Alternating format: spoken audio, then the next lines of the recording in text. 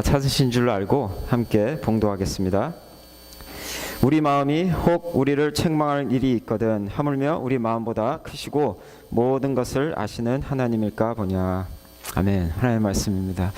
잠시 기도하겠습니다. 하나님 아버지 감사합니다. 오늘 이렇게 아름다운 날을 주시고 또 이곳에 와서 함께 주님을 찬양할 수 있도록 인도하여 주시는 애 진심으로 감사드립니다.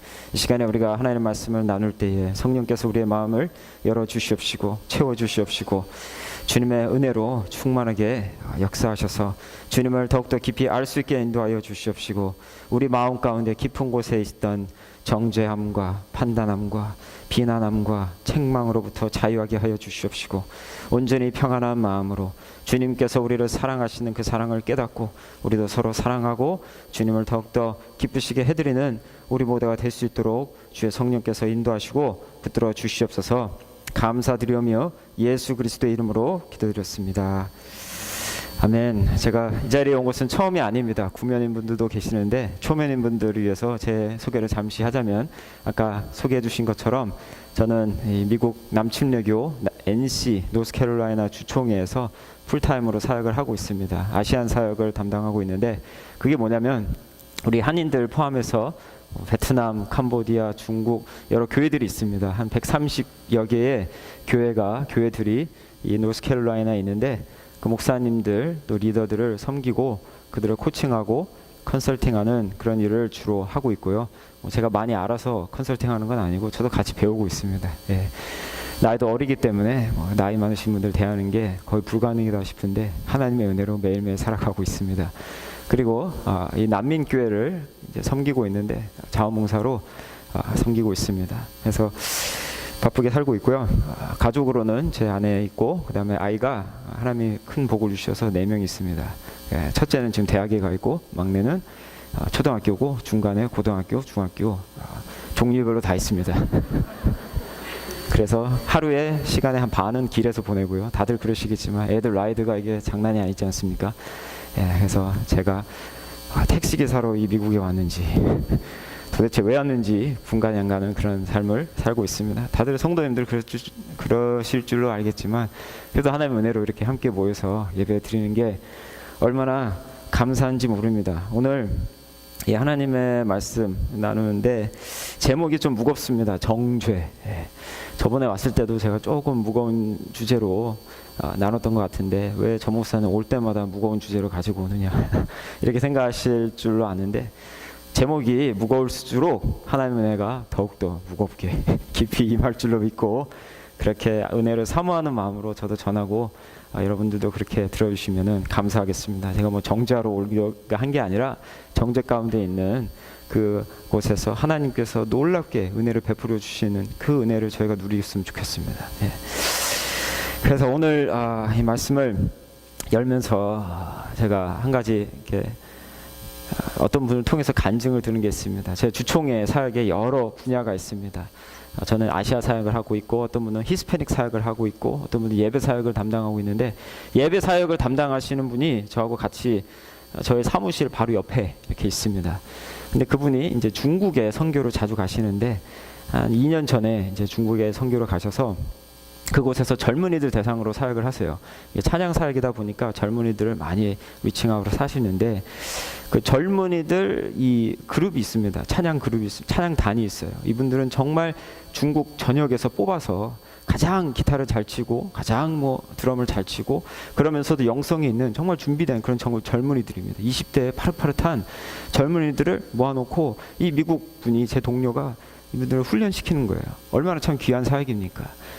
그런데 이분이 이제 처음 가셔가지고 이 찬양팀들이 모였는데 좀 분위기가 어색하기도 하고 처음 모임이니까 좀 마음을 열어야겠다 싶어서 아이스 브레이크를 이제 준비를 하셨습니다. 그래서 나름대로 미국식의 미국 게임은 참 간단합니다. 그죠? 우리나라 게임은 머리를 많이 써야 되는데 미국 게임은 주로 몸으로 하는 그런 게 많은데 아주 간단한 게임을 준비를 했어요. 뭐냐면 이렇게 둥그렇게 앉히고 인형을 던집니다. 인형을 던지면 인형을 받은 사람이 있잖아요. 주위에 있는 사람들이 한마디씩 인형 받은 사람한테 칭찬을 해주는 거예요. 예. 얼마나 참 건전하고 예, 간단한 게임이니까 여러분도 집에 가서 한번 가족이랑 오손도손 모여서 한번 해보시기 바랍니다. 근데 이분은 이제 생각하기를 뭐 한 10분 정도 게임하고 마음을 딱 열고 그 다음에 이제 본론으로 들어가야겠다 이렇게 생각을 하고 있었습니다. 가볍게. 근데 이게 게임이 10분 만에 끝나는 게 아니라 3시간이 걸린 거예요. 예. 그리고 이 기분이 화기애애해져야 되는데 갑자기 아이들이 대성통곡을 하는 거예요. 그 목사 제 동료가 얼마나 무안했겠어요. 자기는 마음이 열라고 했더니 오히려 마음이 무거워지고 서로 막 무슨 초상집에 온 것처럼 이렇게 막 울기 시작합니다. 너무 이해가 안 가가지고 물어봤어요. 너네 지금 왜 우냐고. 내가 뭐 잘못한 거 있니? 물어봤는데 이 아이들이 그 울면서 그러는 거예요. 태어나서 칭찬을 처음 들어봤다. 태어나서 칭찬 처음 들어본다. 그러니 이 아이들이 10분 만에 이게 끝나겠습니까? 더 들으려고 게임이 3시간까지 그렇게 간 거예요. 참 그거 보면서 제 동료가 놀랐다고 합니다. 우리 미국 문화는 여기서 사시는 분들 다 아시겠지만 역사가 짧아서 그런지 몰라도 자꾸 긍정적인 거를 이렇게 강요하다 보니까 뭐가 되지도 않은 것도 막 되는 것처럼 얘기하고 막 입에 바른 칭찬을 많이 합니다. 예, 우리 아이들도 저희 아이들도 축구 레슨도 받아보고 하는데 제가 봤을 땐 정말 아니거든요. 예, 헛발질하고 그러는데 막 코치가 와서 잘했다고 막 칭찬해 주고 칭찬이 나무예요. 그래가지고 칭찬을 들으면 오히려 더 기분이 나쁜 그런 현상을 우리 미국에서 많이 경험을 하는데 역사가 있는 나라일수록 이상하게 칭찬 안 합니다. 독일도 역사가 있는 나라죠. 네, 독일 사람들 정말 칭찬 안 합니다. 아시아는 더한 것 같습니다. 중국은 진짜 뭐 말할 것도 없고 우리나라 어떻습니까? 우리나라 사람들 진짜 칭찬에 아주 인색합니다. 우리가 한국에서 사는 것도 칭찬이 인색한 그런 문화에서 살았지만 미국에서 사는 것도 칭찬이 참 인색한 것 같습니다. 제가 얼마 전에 참 가슴 아픈 이야기를 들었어요. 한국에서 공부 열심히 하지 않습니까? 우리 아이들. 반에서 10등 정도 하면 잘하는 거죠? 아닌가요?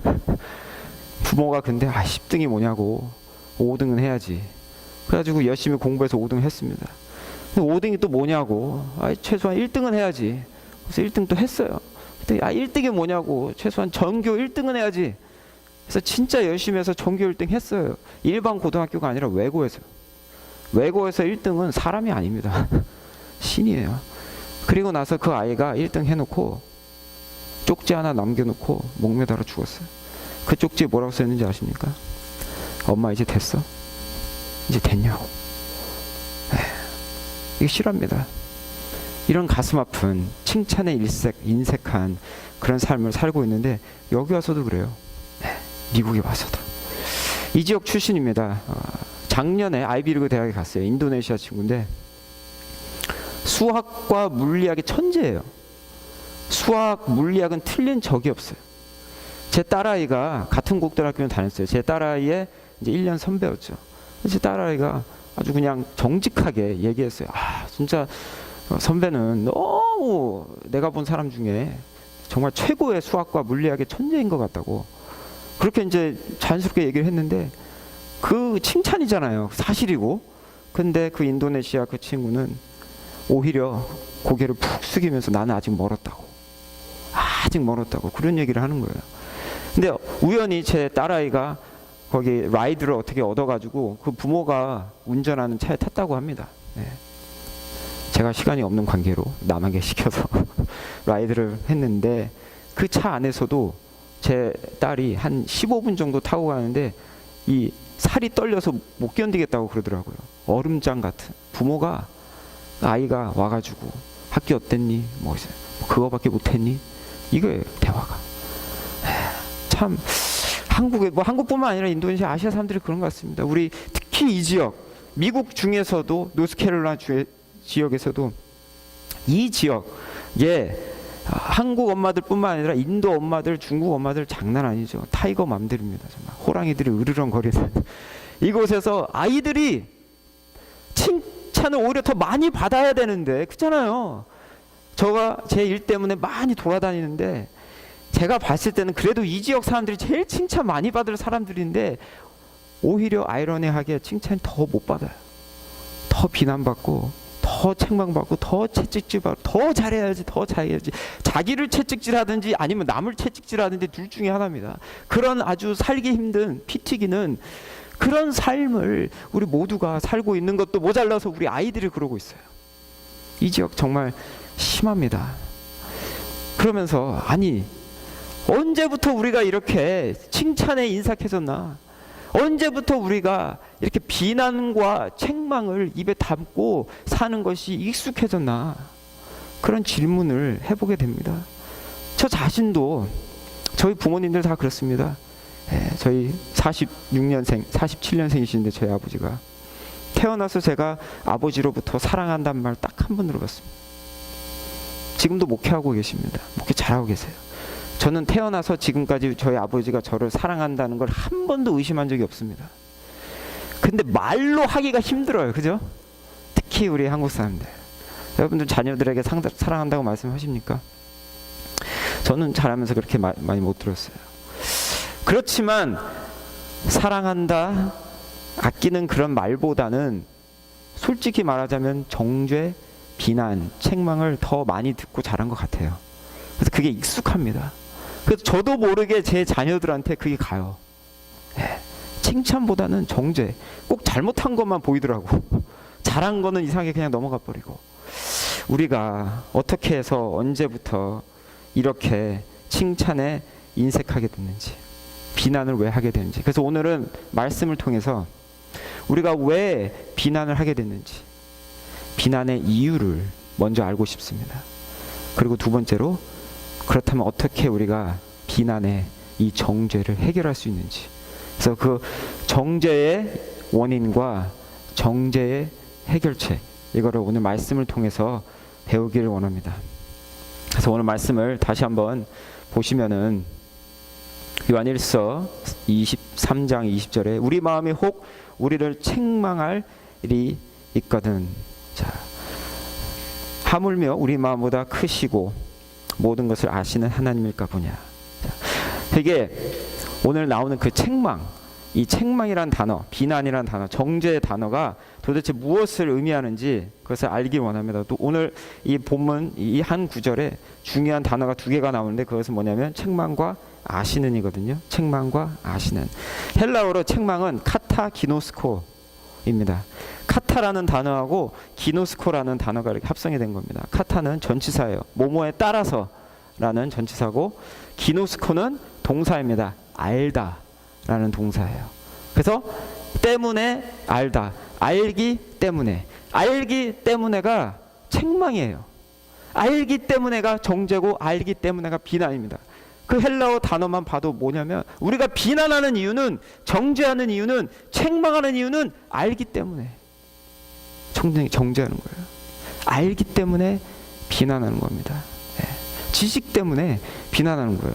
그래서 원어적인 의미로 봤을 때 이 지식이 원인이라는 것을 볼 수가 있습니다. 그래서 반대로 우리가 아는 게 없으면, 아는 바가 없으면 비난할 것도 없고 책망할 것도 없고 정죄할 것도 없다는 얘기죠. 자, 그런데 아는 거 좋은 거 아닙니까? 그래서 여러분 여기 계신 거 아니에요? 지식이 곧 힘이요, 아는 것이 곧 힘이다. 그래서 열심히 정말 빽 빠지게 공부해서 이 피 튀기는 이 트라이앵글 지역에, 그것도 이 캐리 노른자에 오신 거 아닙니까? 그래가지고 숙제도 하고 열심히 공부도 하고 나이 들어서 평생 끝나지가 않아요. 평생 노인 대학까지 가가지고 또 공부하시고 배움에 끝이 없습니다. 이 미국 이 50개 주 중에 이 노스캐롤라이나가, 저는 몰랐어요. 사실 노스캐롤라이나 한국에서 올 때까지만 해도 별로 몰랐는데, 알고 보니까 이 노스캐롤라이나에 있는 대학들이 주립대학을 포함해서 정말 미국에서 가장, 어떻게 보면은 캘리포니아 다음으로 가장 뛰어난, 교육적으로 봤을 때 그런 주가 아닐까 싶습니다. 이 주에 148개 대학들이 있거든요. 거기에 1.200만 학생들이 있습니다. 정말 10대 후반부터 시작해서 80대 노인까지 대학에 있는 거예요. 그렇게 열심히 공부하고 있는 겁니다. 그런데 그렇게 우리가 지식을 추구함에도 불구하고 세상이 더 나아지고 있습니까? 우리 노스캐롤라이나가 어제보다 오늘이 더 낫는 그런 삶을 살고 있습니까? 그렇지 않죠. 오히려 더 비난하고 정죄하는 일들을 더 많이 보게 됩니다. 총기 사건이 끊이지가 않아요. 왜 죽입니까? 서로 비난하니까. 네. 그런 문제들이 계속 시작되고 있습니다. 아무리 공부를 해도 정죄하고 책망하고 비난하는 게 끊이는 것이 아니라 오히려 더 많아지는 그런 현상들을 보고 있는데, 우리가 언제부터 그럼 우리 이 비난을 했을까? 모든 이 잘못의 근원은 여기서 찾아볼 수 있습니다. 창세기 1장부터 3장까지 에덴 동산에 다 나와 있어요. 그 최초의 비난, 최초의 정죄가 이 에덴 동산에서 시작이 됩니다. 아담과 하와가 인류 최초로 서로 알고 비난한 사람들이에요. 서로 알고 비난한 사람들입니다. 여러분 다 알다시피 에덴 동산 정말 완벽한 세상이었습니다. 하나님이 보시기에 심히 좋았더라, 인간을 창조하시고 심히 좋았더라라고 특별하게 말씀하신 그런 아주 아름다운 곳이었습니다. 그런데 그 기쁨과 행복과 완벽함이 가득 찼던 그 에덴 동산에 문제가 생기기 시작합니다. 언제부터 시작되는지 아십니까? 알고 나서부터 뭔가를 알기 시작하면서 이게 깨지기 시작합니다. 하나님께서 아담과 하와에게 금지하신 게 딱 하나 있죠. 뭐였습니까? 선악과를 먹지 말라고.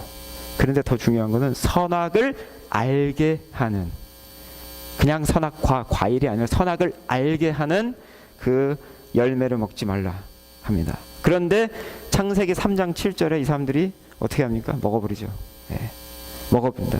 그리고 나서 어떤 일이 펼치는지 아십니까? 우리는 거기서 바로 점프해버려요. 선악과를 먹고 나서 이제 애 낳는 고통을 막 겪고, 이제 남자들은 그냥 뼈 빠지게 막 일해야 되고 그런 저주를 받고, 우리는 자꾸 아담과 하와를 막 이제 공격합니다. 왜 그런 짓을 해가지고 우리도 지금까지 뼈 빠지게 막 해야 되냐고. 제 와이프 진통제 하나도 안 맞고 애 4명 낳았거든요. 옆에서 보다가 제가 죽을 뻔했습니다. 왜 그렇게 고생을 해야 되는지. 거기로 바로 넘어가는데 사실은 선악과를 먹자마자 바로 일어난 일이 있어요. 우리가 그거를 간과하면 안 됩니다.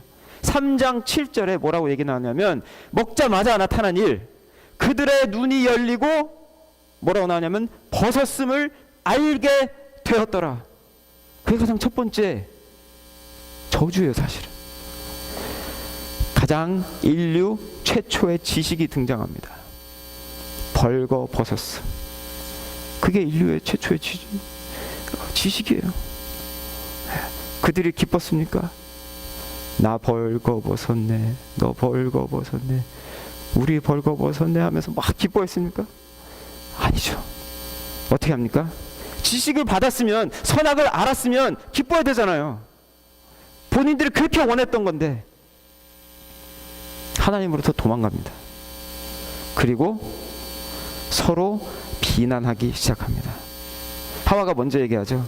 저기 있는 뱀 때문에 그랬어요. 쟤 때문에. 저 뱀이 나쁜 놈이에요. 그리고 아담은 그때부터 남편이 눈치가 없어지기 시작합니다. 내가 문제가 아니라 저 여자 때문에 그랬다.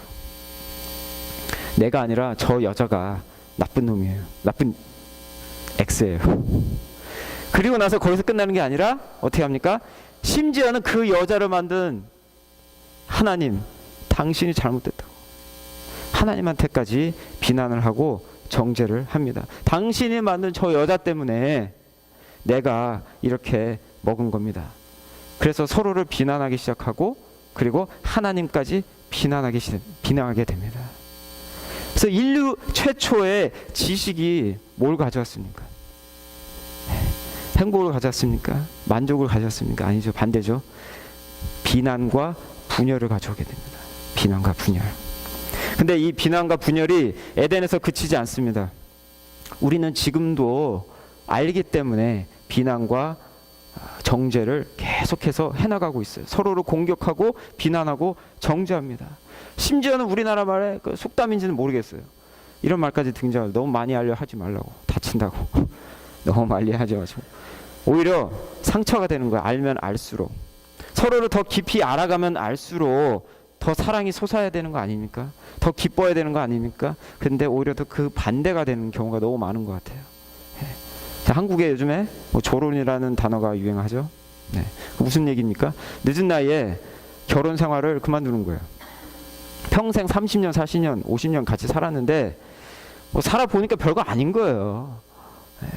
내가 저 사람을 정말 알 만큼 알았는데 알고 나니까 더 정남이가 뚝 떨어져 가지고 저 사람하고 더 살고 싶지 않은, 결혼하니까 별거 아니네 그러면서 나이 지긋이 드신 분들이 따로따로 살면서 오히려 그걸 즐기면서 졸혼하시는 그런 일이 많이 일어나는 것을 보게 됩니다. 그래서 한국이 이혼율이 제일 높은 것 같아요. 미국이 제일 1위였는데 따라할 거 따라해야지 한국이 그걸 따라잡은 것 같습니다. 서로 알아가는 게 기쁨이어야 되는데 오히려 증오와 판단의 빌미가 돼서 서로 싸우고 심지어는 평생 살아온 관계와 정까지도 다 끌어버리는 그런 일들을 우리가 보게 되는 것입니다. 이게 얼마나 참 무섭고 허무한 일입니까? 저는 미국 온 지 17년 됐습니다. 2001년도에 1월에 유학생으로 왔습니다. 근데 그때 제가 생각했었던 건 뭐냐면 간단했어요. 내가 어떻게 하면 미국에서 보람되고 행복하게 살 수 있을까? 이유는 해결책은 딱 하나. 영어를 내가 많이 알면 내 삶이 행복해지겠지. 그렇게 생각을 했습니다. 여러분들 중에도 뭐 그렇게 생각하시는 분들도 계시겠죠. 그래서 미국 도착 이제 했는데 첫 한 달 동안 이제 하나도 안 들리는 거예요. 제가 그래도 문과를 졸업했는데도 한국에서 하나도 안 들리는 거예요. 뭐 한국의 교육이 어땠는지 모르지만. 그래서 뭐 읽고 쓸 줄은 알았는데 전혀 이렇게 도움이 되지 않았습니다. 그래서 미국 사람들이 이제 지나가다가 저를 욕을 하면은 욕을 안 들리는 거예요. 그래서 뭐 하나도 못 알아들으니까 어차피. 그래서 상대방이 웃으면서 저한테 욕을 하면 저는 그 사람이 저한테 좋은 말 하는 줄 알고 저도 같이 웃어줍니다. 그래서 미국 생활 초기에는 정말 많이 웃었던 것 같아요. 왜냐면 못 알아들으니까 그냥 상대방이 얘기하면 웃음으로 받아쳐야지 상대방도 무한하지 않겠지 그렇게 생각하면서 그냥 무조건 웃었습니다. 그래서 여러분이 이렇게 뭐 돌아다니시다 보면 저 사람이 영어를 잘하나 못하나를 딱 알아볼 수 있는 유일한 방법이 있습니다. 많이 웃으면은 잘 못 알아듣는 거예요. 제가 그랬거든요. 그래가지고 뭐 누가 영어만 하면 그냥 시도 때도 없이 그냥 웃는 거예요. 그 사람이 좋은 말을 하든 나쁜 말을 하든 못 알아들으니까 그냥 막 웃습니다. 그런데 영어가 들리기 시작하니까 문제가 생기는 거예요. 욕이 욕으로 들립니다. 겉으로는 웃지만 속으로는 사실은 욕을 하고 있는 것을 깨닫기 시작하니까 이제 막 서글퍼지기 시작하고 막 이제 화가 나기 시작하는 거예요. 내가 이렇게 미국까지 와서 욕을 들어야 되나? 차라리 몰랐을 때는 괜찮았는데 웃기라도 했지. 엔돌핀이라도 돌았지. 지금은 들리니까 오히려 괴로운 거예요. 저희 아이들이 그래서 2세들이 더 힘들어합니다. 제 아이들도 첫째만 빼놓고는 둘째, 넷째 다 미국에서 태어났는데 알아들으니까 힘들어한 거예요. 영어를 알아듣기 때문에 완벽하게 원어민처럼 얘기를 하기 때문에 남들이 얘기하는 게 다 들려가지고 오히려 더 서럽고 힘든 겁니다. 길 가다가 제가 아직도 잘 못 알아들을 때 길 가다가 막 또 어떤 미국 애들이 지나가면서 막 웃는 거예요. 웃으면서 뭐라고 얘기를 해요. 그러면 저 또 웃으면서 하면서 받아치죠. 애들이 오빠 아빠 그만해. 쟤는 무슨 얘기하는 줄 아냐고 욕하는 거라고. 그렇게 막 얘기를 하는 걸 보면서 야 이게 진짜 안다고 되는 게 아니구나. 미국 초창기 때 영어만 알으면은 내가 생활이 행복해질 거라고 생각을 했는데 아니까 더 불편하고 아니까 더 마음이 서럽고 아니까 더 마음이 괴로운 거예요. 여러분 저만 그렇습니까? 여러분 많이 아셔가지고 많이 배워가지고 정말 행복하셨어요? 생각해 보시기 바랍니다. 이 트라이앵글 지역에 가장 지식이 막 뭉쳐있는 이곳에서 정말 사람들이 행복합니까? 그렇지 않죠. 우리는 그렇지 않다는 것을 너무 잘 알고 있습니다. 너무 알아서 문제예요. 너무 알아서 문제입니다. 그렇다면 우리가 다 때려치고 공부하는 거 다 때려치고 성경 공부하는 것도 다 때려치고 아는 게 힘이 아니라 아는 게 오히려 우리를 괴롭게 하니까 모든 알려고 하는 노력을 다 내려놔야 됩니까? 학교도 그만두고 절대 그렇지 않죠. 제가 그걸로 설교를 끝나면은 여러분이 절대로 저를 이제 다시 초대는 안 하시겠죠. 지식이 우리에게 어두움과 비난과 정죄를 가져왔는데 모든 지식이 다 나쁜 건 아닙니다. 우리에게 반대로 영생을 주는 지식이 있어요. 그 지식이 무엇입니까? 하나님을 아는 지식입니다. 하나님을 아는 지식. 비난의 이유를 알았죠. 비난의 이유는 알기 때문에. 그렇다면 비난의 해결책은 뭡니까? 하나님을 아는 거예요. 하나님을 아는 지식을 가질 때 우리가 비난으로부터 자유해질 수가 있습니다. 다시 오늘 말씀을 보시면은 요한일서 3장 20절, 우리 마음이 혹 우리를 책망할 것이 있거든 하물며 우리 마음보다 크시고 모든 것을 아시는 하나님일까 보냐. 우리가 하나님을 아는 지식으로 우리가 정죄로부터 자유해질 수가 있는데, 하나님을 알으려면 하나님이 누구신가를 알아야 되잖아요. 첫 번째, 하나님은 누구냐면 하나님은 모든 것을 아시는 분이에요. 모든 것을 아시는 분, 그것이 바로 우리 하나님이십니다. 우리는 부분적으로만 알아요. 하나님이 아시는 거 반도 몰라요. 우리가 아는 거는 정말로 한정되어 있지만 하나님은 우리의 모든 것을 아신다고 하셨어요. 우리의 모든 것을. 우리가 조그만한 어린아이였을 때, 10대였을 때, 그리고 지금 장년일 때, 결혼했을 때 모든 죄들을 알고 계시고, 거기다가 우리가 지을 죄까지도 알고 계세요. 앞으로 지을 죄까지도 하나님은 알고 계십니다. 베드로는 몰랐어요. 자기가 예수님 3번이나 부인할지 몰랐습니다. 예수님은 알고 계셨어요. 하나님은 우리의 모든 것을 알고 계시는 거예요. 우리의 모든 어둠을 알고 계시는 것. 근데 그것에서 끝나는 것이 아니라 그 죄가 있기 때문에, 죄를 아시기 때문에 우리를 정죄할 수 있는 권한이 있으십니다. 하나님. 우리는 아는 걸로만 끝나지, 그리고 비난하는 걸로만 끝납니다. 근데 하나님은 거기서 뛰어넘어가지고 심판까지 하실 수 있어요. 우리를 영원한 지옥으로 보내실 수 있는 권리가 있습니다. 헬라어에 정죄라는 단어가 2개 있죠. 오늘 그게 한 가지, 카타기노스코, 또 다른 하나는 카타크리마라는 단어로서 뭐냐면 알기 때문에 심판한다는 뜻이에요. 알기 때문에. 똑같습니다. 아는 게 문제인 거예요. 알기 때문에 정죄하고 알기 때문에 심판한다는 겁니다. 그래서 하나님은 카타크리마예요. 당신의 죄를 알고 그 죄를 비난하고 그 죄를 심판까지 하시는 분, 그것이 바로 하나님이에요. 이게 진짜 장난이 아닌 거죠. 이게 진짜 문제인 겁니다. 근데 우리는 뭘 무서워하냐면요, 하나님이 우리를 카타크리마 하는 건 별로 무서워하지 않고, 사람들이 카타기노스코, 우리 비난하는 걸 무서워하죠. 진짜 무서운 건 심판인데 우리는 비난과 정죄를 더 무서워합니다. 사람들이 우리한테 나쁘다고 막 얘기하고 욕하고 뭐 그러면은 마음이 무거워지고, 그걸로 끝나는 것이 아니라 우울해지고 막 죽고 싶기도 하고, 그런 삶을 살게 됩니다. 그런데 진짜 문제는 뭐냐면 그걸로 끝나는 것이 아니라 우리를 영원한 정죄와 심판으로 인도하는 바로 하나님의 그 카타크리마, 모든 죄를 알고 계신 하나님을 알고, 모든 것을 알고 계신 그 하나님이 진짜로 무섭다는 것을 알아야 됩니다. 사람들은 이번에 한국 여름에 갔는데 사람들이 조금 더 이렇게 코가 다 높아져 있더라고요. 너는 왜 이렇게 코가 낮니? 그러면서 정죄할까봐, 비난할까봐 코를 막 높이고, 너는 왜 이렇게 이렇게 얼굴에 주름살이 많니? 그러면서 막 보톡스 맞고, 너는 왜 이렇게 일 처리를 그거밖에 못하니? 정죄할까봐 막 남몰래 막 스트레스 받으면서 주말도 없이 그냥 바쁘게 사무실에 나가서 일하고, 너는 남들이 뭐 너는 왜 이렇게 쫌생이니? 그렇게 정죄할까봐 마음에도 하나도 없는데 있는 돈 없는 돈 다 털어가지고 막 음식 사고, 그런 일들이 많이 있어요. 근데 그게 한국뿐만 아니라 미국에도 많이 있습니다. 우리는 사람들이 비난할까봐 우리의 행동을 고쳐요. 우리가 사람들이 왜 열심히 일하는지 아세요, 여러분? 왜 이렇게 열심히 일하시고 왜 이렇게 열심히 공부합니까? 마음 깊은 곳에는 우리 두려움이 있는 거예요. 남들이 나보고 비난할까봐, 우리 부모님이 나한테 정죄할까봐, 그거 해결하려고, 그거 벗어나려고 막 열심히 막 다람쥐 쳇바퀴 돌듯이 그렇게 열심히 일하는 거 아닙니까? 비난이 무서워서. 사람들 두려워하면 안 되는 거예요.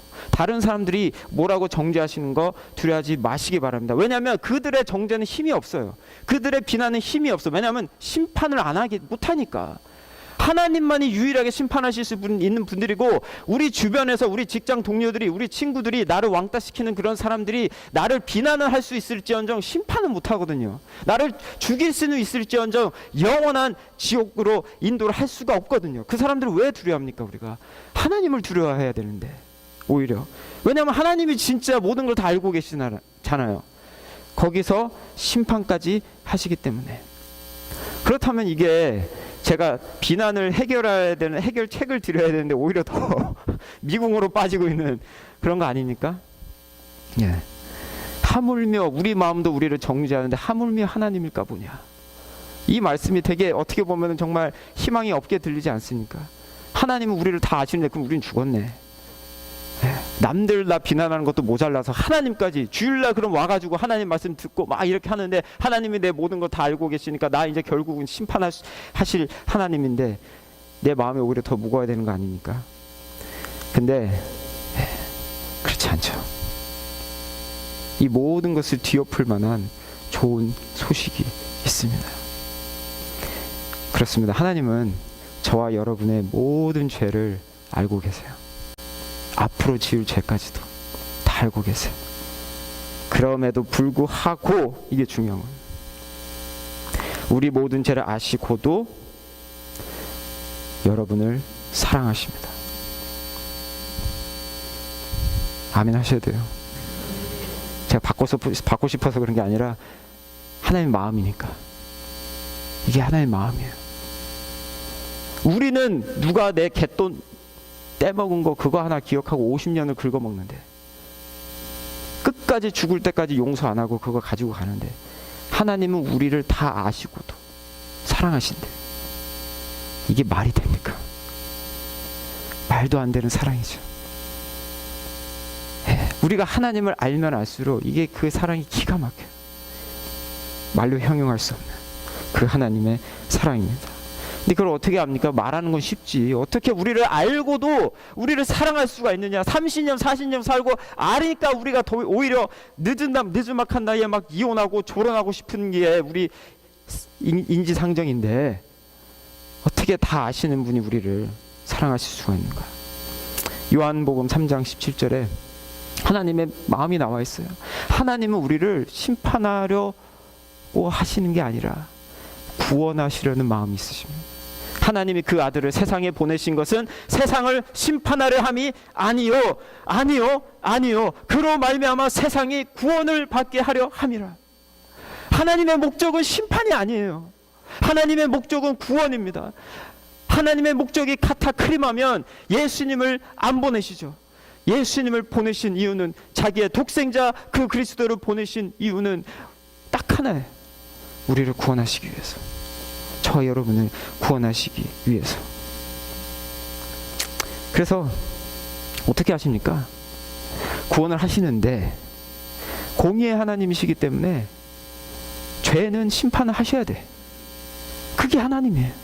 죄를 그냥 묵인할 수가 없어. 우리도 죄 있는 사람한테 펀치라도 한번 날려야 직성이 풀리는 우리의 마음인데, 그걸 더 뛰어넘어서 죄가 있는 곳은 심판해야 될만 하는 것이 바로 하나님이신데, 그 하나님이 심판하셨죠. 이미 정죄하셨습니다. 어떻게 하셨습니까? 십자가에서 그 아들을 심판하셨어요. 십자가에서 그 아들을 정죄하셨습니다.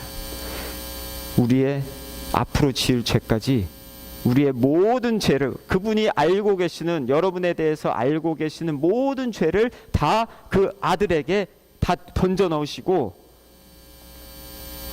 십자가에서 깨끗하게 심판하신 거예요, 하나님이. 근데 만약에 우리가 이걸 너무 쉽게 생각합니다. 뭐 예수님이 우리를 위해서 그냥 죽으셨지 뭐, 그냥 그러고 말아요. 그리고 와서 룰루랄라 우리 마음대로 막 또 살아갑니다. 그래서 죄를 너무 가볍게 여겨요. 근데 하나님이 이걸 잘 생각해 보시기 바랍니다. 정말 우리를 죄를 아시고 심판, 카타크리마 하시는 분이면 이렇게 하셔야 되는 거거든요. 매일매일 동안 우리 죄를 아시고, 그래서 우리가 거짓말 할 때마다 하늘에서 벼락으로 우리를 치셔야 되는 거예요. 허리케인 막 6, 7급으로 막 보내셔가지고 우리 집을 다 쓸어버려야 되는 거예요. 우리가 음란한 육을 풀을 때마다 벽돌로 우리 머리를 깨트리셔야 되고, 우리가 하나님보다 돈과 다른 것들 사랑할 때마다 지진이 막 나가지고 우리 집과 가족들을, 우리가 사랑하는 것들과 다 함께 다 묻어버리시는 것, 그게 바로 하나님의 공입니다. 그게 하나님이 잘못된 게 아니에요. 너무하신 분이 아니라 그게 하나님인 거예요. 하나님의 공의는 그렇습니다. 그런데 잘 따지고 보면은, 여러분 그렇지 않습니까? 저도 그렇고 여러분도 그러고, 아무리 죄를 져도 우리 집 멀쩡해. 허리케인도 막 지나가요. 막 가족은 화평합니다. 마치 아무 일도 없었던 것처럼 건강하고 다 평온해요. 우리가 아무리 죄를 져도 우리 삶은 늘 그렇듯이 어제처럼, 어제도 오늘같이, 오늘도 내일같이 그렇게 진행되고 있어요. 그래가지고 우리는 마음속으로 이렇게 생각합니다. 아, 하나님이 내 죄를 모르시는구나. 아니면은 주로 이렇게 생각합니다. 아, 내가 이 죄는 하나님이 보셨어도 이건 괜찮은 죄, 이거는 그래도 벽돌로 찍을 만한 죄는 아니구나. 이렇게 쉽게 생각을 합니다. 그런데 정말 하나님이 우리를 다 알고 계시고 우리의 죄를 심판하시는 분이라는 것을 분명히 안다면은 우리가 함부로 그렇게 살 수가 없는 거죠. 얼마나 우리의 죄가 심각한지 보고 싶으시면 우리 집이 평안한 것, 우리 아이들이 좋은 대학 가는 것, 그거 보시면 안 돼요. 십자가를 보셔야 됩니다. 왜냐하면 하나님이 그 아무렇게나 그냥 짜진 그 십자가에 자기 아들을 뚫어버리셨어요. 피 비린내 나는, 피가 들러붙어가지고 모든 걸 다 쏟아버리신 그 처참한, 아무도 보고 싶지 않은 그 십자가, 그게 바로 저와 여러분의 죄의 모습이에요. 여러분, 영어로 excruciating pain이라는 말이 있죠. 그게 라틴어에서 나는 겁니다. excruciatus, x는 from이고요, cruciatus는 cross입니다. 로마 사람들이 생각도 하기 싫은 가장 고통스러운 그 단어가 excruciatus인데 십자가예요. 십자가가 그 정도로 생각도 하기 싫은 곳이 바로 십자가예요. 우리는 그거를 목에다가 자랑스럽게 걷고 다니죠. 차에다가 자랑스럽게 해놓고 다니죠. 무슨 부적처럼. 보기도 싫은 거가 십자가가 되는 거예요. 왜냐하면 그게, 그 십자가가 바로 내 죄거든요. 내 죄가 거기에 못 박힌 거거든요. 감히 상상할 수도 없는, 감히 쳐다볼 수도 없는 그것이 바로 예수 그리스도의 십자가예요. 근데 그거를 우리가 달려야 되는데 하나님이 자기 아들을 거기 매달아 놓으신 거예요. 우리가 그 예수 그리스도를 믿을 때 우리도 그와 함께 연합해서 우리의 죄가 그분과 함께 죽는 겁니다. 근데 그거 우리 육신이 못 느끼니까 우리는 맛있게 밥도 먹고 농구도 하고 골프도 치고 그러니까 못 느끼는 거예요, 그거를.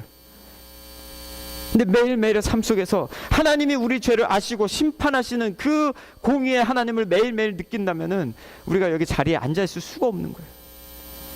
그게 너무 무겁기 때문에. 그래서 우리는 그 죄의 심각함을 분명히 알아야 됩니다. 그런데 감사한 것은 그 죄가 그렇게 심각한데 그거를 하나님께서 우리를 사랑하셔서, 여러분을 사랑하셔서 독생자 예수 그리스도를 통해서 이미 심판하셨다는 거예요. 할렐루야. 그래서 예수님 안에 있는 사람은 뭡니까? 심판이 없나니. 로마서 8장 1절에 그러므로 이제 그리스도 예수 안에 있는 자에게는 결코 정죄함이 없나니. 이게 중요한 거예요. 결코 정죄함이 없나니. 이건 하나님의 약속입니다. 엄중한 약속이에요. 너희가 예수 그리스도 안에 있으면 정죄함이 없다는 거예요. 끝났다는 거예요. 심판이 없다는 거예요. 심판 끝, 정죄 끝, 비난 끝이라는 거예요. 골로새서 1장 22절에 육체의 죽음을 통하여 화목하게 하사 너희를 거룩하고 흠없고 책망할 것이 없는 자로 앞에 세우셨나니. 예수 그리스도의 죽음이 그렇게 중요한 겁니다. 예수 그리스도께서 죽으심으로 십자가 때문에 우리가 책망에서 벗어난 거예요. 비난과 심판에서 완전히 벗어난 겁니다. 하나님이 다 알고 계심에도 불구하고 우리를 사랑하시는 이유는 예수께서 우리를 위해서 죽으셨기 때문에. 우리가 아무리 이렇게 비난과 정죄로 가득 찬 삶에 살아도 하나님 안에서 마음이 기쁘고 정죄에서 벗어날 수 있는 이유는 예수 그리스도께서 우리를 위해서 죽으셨기 때문에. 비난의 이유는 다 알기 때문에. 하지만 비난의 해결책은 예수 그리스도 때문에 우리가 비난으로부터 온전히 해결받는 것입니다. 이것이 비난의 해결책이에요. 너무 간단하죠? 이미 다 알고 계시는 거죠. 근데 이거를 매일 생각하고 계시나요? 이걸 매일매일 생각하시는 게 중요합니다. 왜냐하면 사람들이 우리를 계속 또 정죄하거든요. 우리 주변에 있는 사람들이, 심지어는 가족에서도, 가족 안에서도 막 정죄해요. 저희는 아이들이 4명이다 보니까 전쟁터입니다. 밥 먹을 때뿐만 아니라 서로 막 쏴대요. 막 뭐 이래저래 저래 막 하고.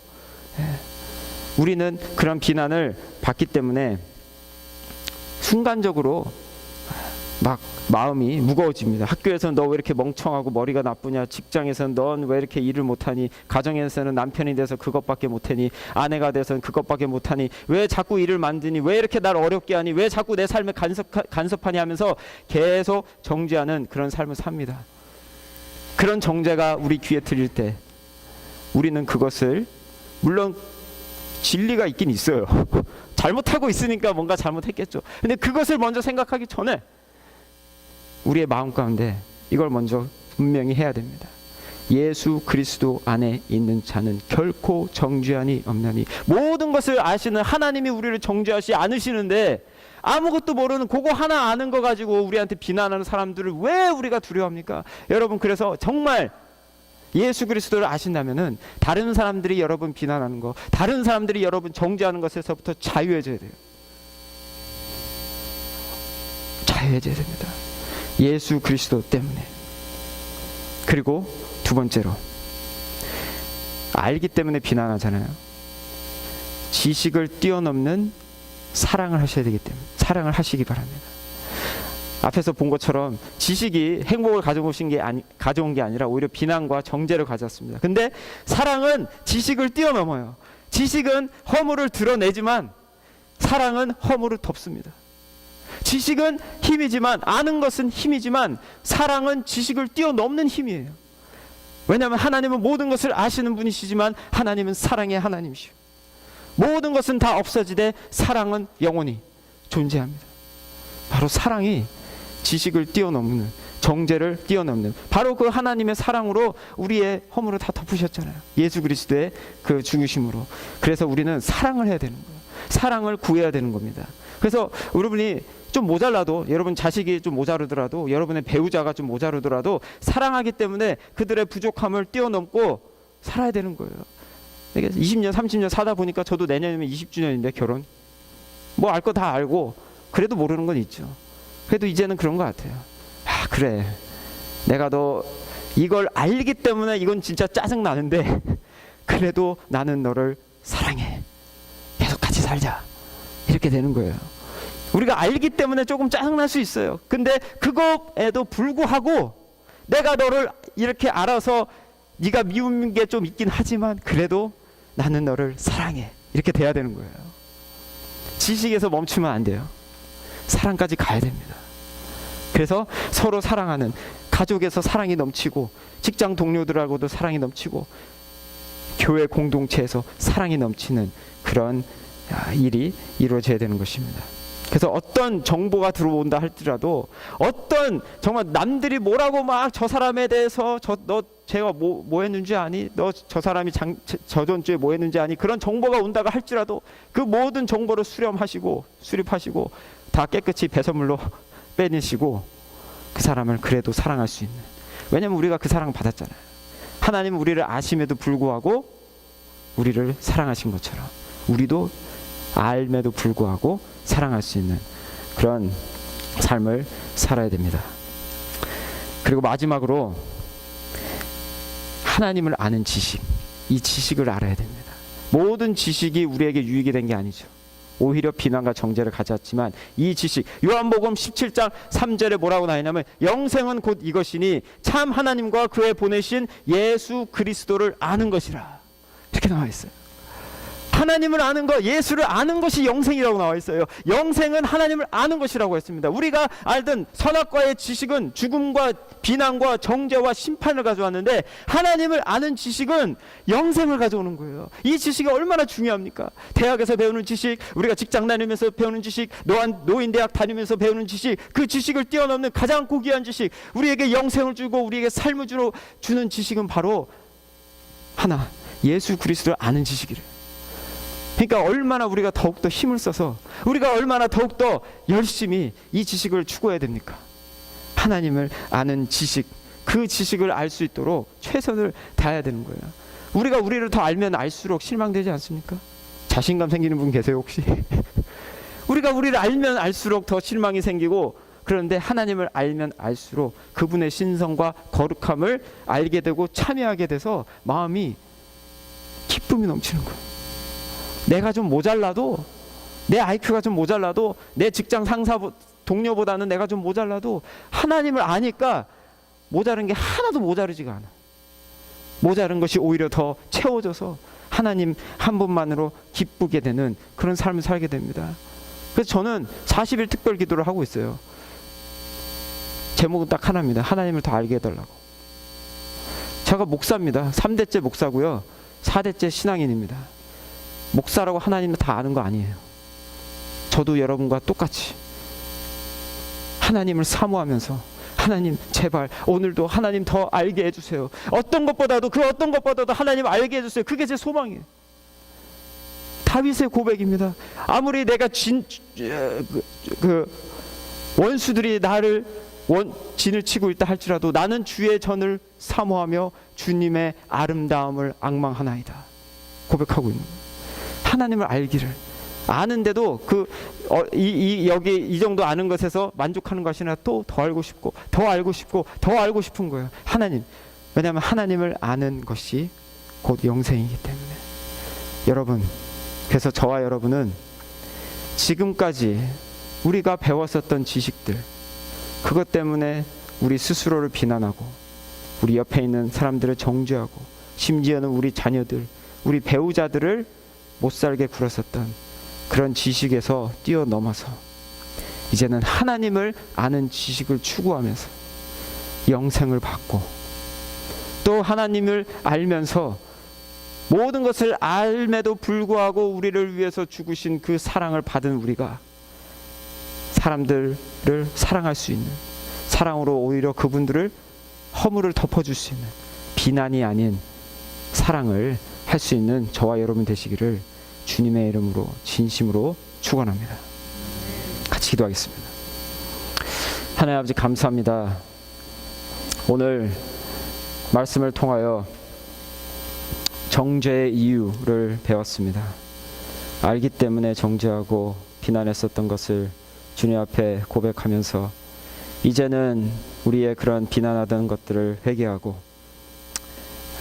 세상 지식이 아닌 하나님을 아는 지식을 추구하는 우리가 될 수 있도록 인도하여 주시옵시고 주님을 아는 지식으로 가득 채워서 비난하는 것이 아니라 정죄하는 것이 아니라 사랑으로 허물을 덮어줄 수 있는 우리가 될 수 있도록 주님께서 축복하시고 인도하여 주시옵소서. 이 자리에 비난으로 정죄 때문에 마음에 상처를 입은 사람들, 아픔을 입은 사람들, 그래서 다른 사람을 또 데려 비난하는 사람들이 있다면 주여 불쌍히 여겨 주시옵시고 마음 가운데 찾아가 주시고 위로하여 주시옵시고 주님을 아는 지식으로 가득 채우사 사랑으로 덮으사 허물을 덮을 수 있는 그런 우리들이 될 수 있도록 축복하여 주시옵소서. 감사드리며 예수 그리스도의 이름으로 기도드렸습니다. 아멘.